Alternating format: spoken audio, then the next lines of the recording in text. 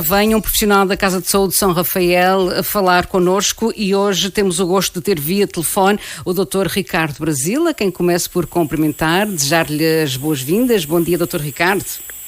Olá, bom dia a todos.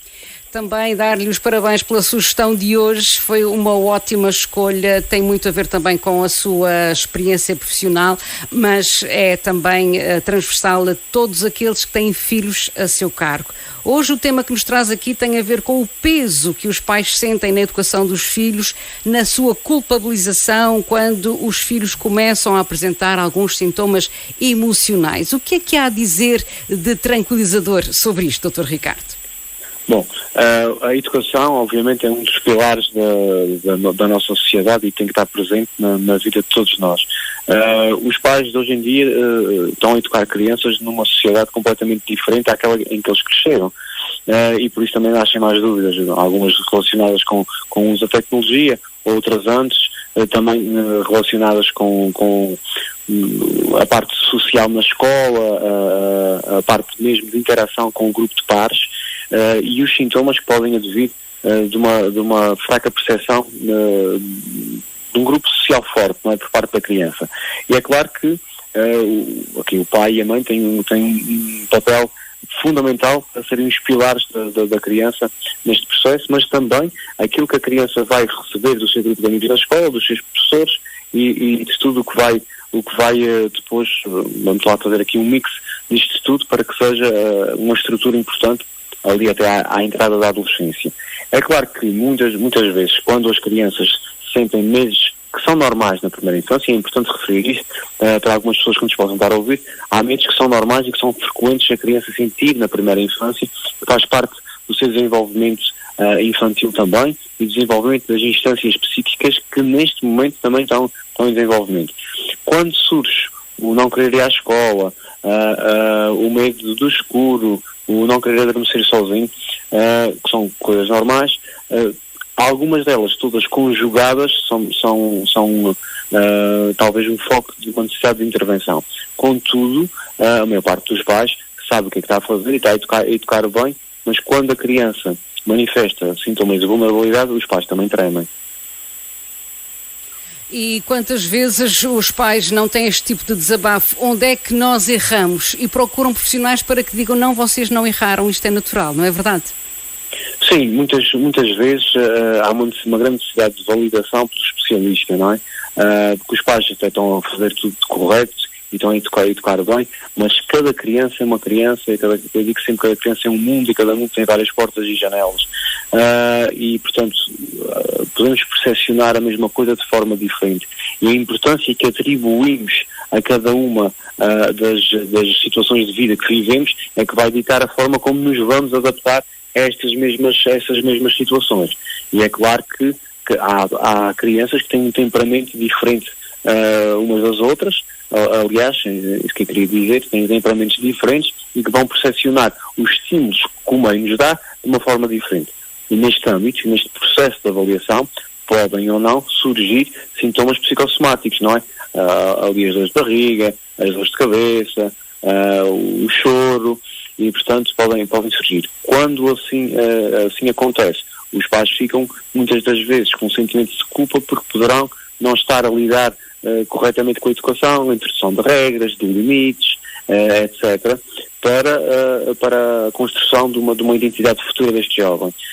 E muitas das vezes necessitam que nós possamos dizer, não, você está a fazer isso corretamente, realmente a situação aqui é necessária uma intervenção mais clínica, mas não tem necessariamente a ver o papel do pai ou da mãe ou da estrutura onde ele está inserido, mas sim da forma como ele está a gerir tudo o que é normal no desenvolvimento infantil. Só para terminar este assunto, esta parte da nossa conversa, quais são os sintomas emocionais que as crianças apresentam que devem de facto levar à ajuda do psicólogo e aquelas que são facilmente ultrapassáveis com a ajuda da atitude certa por parte dos pais? Bom, nós durante o nosso desenvolvimento temos sempre alguns medos e algumas vulnerabilidades, como eu disse já várias vezes, o medo E a ansiedade, por exemplo, são mecanismos de proteção do organismo que nos alertam que algo não está bem, que temos que mudar algum comportamento ou temos que introduzir na nossa rotina determinados conceitos. No caso das crianças, pronto, temos aqui várias coisas, e de ser uma delas, por exemplo, o medo do escuro é muito frequente. Isto não é necessidade de ir a um psicólogo apenas porque a criança tem medo do escuro, são medos frequentes na adolescência que depois tendem a passar no final da mesma, com maior maturidade, também desenvolvimento neurológico da criança, nomeadamente o lobo frontal, e etc., que vai começar a ter um maior juízo crítico e a discernir do que é certo e do que é errado, do que é um medo real e do que é um medo que é imaginário, e portanto neste âmbito há determinados sintomas que são perfeitamente normais. Às vezes a dificuldade em adormecer sozinho, a criança pode ter isto, vem mais lá para trás, a criança que dorme no seu berço desde que nasceu, no seu quarto, terá muito mais facilidade obviamente em lidar com o adormecer do que a criança que foi habituada a dormir na cama dos pais. E portanto aqui há determinadas coisas. Este medo pode ser exatamente por uma parte comportamental a nível da dinâmica familiar neste âmbito, onde adormeceu sempre na cama dos pais e agora tem medo de adormecer sozinho. É normal, é natural, adormeceu sempre acompanhado.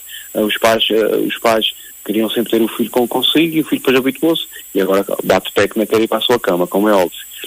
Agora, se uma criança dormiu sempre no seu quarto sozinha desde nova, ou pelo menos ali desde um ano e tal, 2, e de repente agora aos 7, 8 pede para dormir na cama dos pais, pronto, alguma coisa aconteceu, é importante perceber, é importante explorar, e às vezes até 1 ou 2 dormidas na cama dos pais restabelece a confiança necessária para a criança voltar a dormir sozinha, e portanto não é drama nenhum voltar a dormir 1 ou 2 dias na cama dos pais em situações mais agonizantes, não é? Contudo, se essa situação persistir, temos que explorar e perceber o que é que está por trás disto, o que é que a criança está a sentir. Outros dos sintomas são os sintomas mais psicossomáticos, onde surge a dor de barriga antes de ir para a escola, a dor de cabeça antes de ir para a escola, e aqui temos que explorar um bocadinho mais para perceber de onde é que vem, qual é o fator ativador destes sintomas. Se é o ambiente em casa, as discussões com os pais, se é na escola algum colega ou alguns colegas que não estão a ter os comportamentos mais corretos para com a criança, se é uma dificuldade em gerir a forma como o professor está a lecionar e a dirigir-se à criança. Portanto, tem aqui uma série de componentes que temos que ver e as próprias expectativas da criança perante todos esses fatores que são aqui à volta. Portanto, por aquilo que eu consegui perceber, mais do que estar atento aos sintomas é a persistência dos mesmos, porque há coisas que dão e passam, como se costuma dizer, não é?